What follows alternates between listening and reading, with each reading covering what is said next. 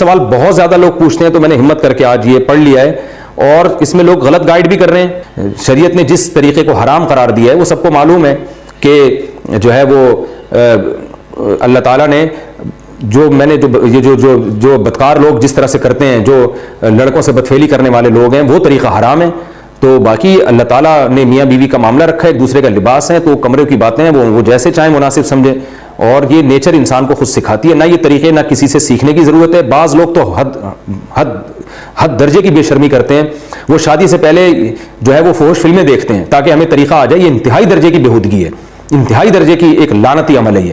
میاں بیوی ایک دوسرے کا لباس ہیں، وہ جس طرح سے ایک دوسرے کو سیٹسفائی کر سکتے ہیں وہ کر لیں، تاکہ ان کی توجہ کسی اور طرف نہ جائے، وہ حلال کی تسکین ان کی بند کمرے کے اندر ہو جائے۔ اور یہ باتیں لوگوں سے شیئر بھی نہیں کرنی چاہیے۔ آج یہ بھی ایک حرام کاری ہو رہی ہے، میں بہت سخت الفاظ استعمال کر رہا ہوں اس لیے کہ یہ، اور میرے پاس کوئی ہلکا لفظ نہیں ہے۔ وہ کیا ہوتا ہے کہ مرد اپنی زوجہ سے ہم بستری کر کے اس کے راز دوستوں کے سامنے فاش کر رہا ہوتا ہے، میں نے ایسے کیا، میں نے ایسے کیا۔ لڑکیاں بتا رہی ہوتی ہیں اپنی فرینڈز کو کہ میرے شوہر نے میرے ساتھ ایسے کیا۔ یہ بہت لعنتی عمل ہے۔ آپ صلی اللہ علیہ وسلم نے فرمایا جو عورت اپنے شوہر کے راز یا شوہر بیوی کے راز فاش کرتا ہے اس پر لعنت ہے، حدیث کا مفہوم ہے یہ۔ تو یہ بند کمرے کی میاں بیوی کی باتیں، جس طرح سے وہ ایک دوسرے کو سیٹسفائی کر سکتے ہیں وہ کریں، ایک دوسرے کے لیے وہ حلال ہیں، اور بس وہ طریقہ جو لڑکوں سے بدفعلی والا طریقہ ہے وہ طریقہ اسلام میں حرام ہے۔ اور اسی طرح اورل سیکس پہ بھی میں ایک کلپ ریکارڈ کروا چکا ہوں، وہ بھی سن لیا جائے، یا علماء کی جو اس بارے میں رائے ہے وہ دیکھ لی جائے۔ تو اس کے علاوہ جو بھی ہے میاں بیوی ایک دوسرے کے لیے اللہ نے حلال کیا، کوئی خاص طریقہ نہیں ہے، اور یہ حیا کی باتیں، ان کو بند کمرے کے اندر ہی رہنا چاہیے ان چیزوں کو۔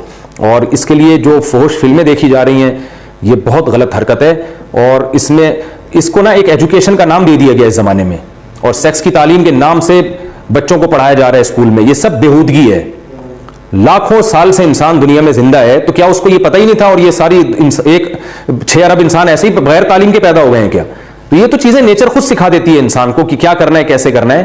اس میں کوئی اسکول کالج میں پڑھنے کی ضرورت نہیں ہے۔ ہاں شرعی احکام اس کے 2-4 ہیں، وہ علماء بتاتے رہتے ہیں، وہ کتابوں میں لکھے ہوئے ہیں کہ کون سا راستہ حرام ہے اور کون سے راستے میں آنا جائز ہے۔ تو اس لیے میں نے بہت ہی دل پہ پتھر رکھ کے آج اس کلپ کو ریکارڈ کروایا ہے، تاکہ لوگ اس بارے میں غلط طرف نہ جائیں اور ایک چیز کو ایک بہت بڑا ایشو نہ بنا لیں لوگ۔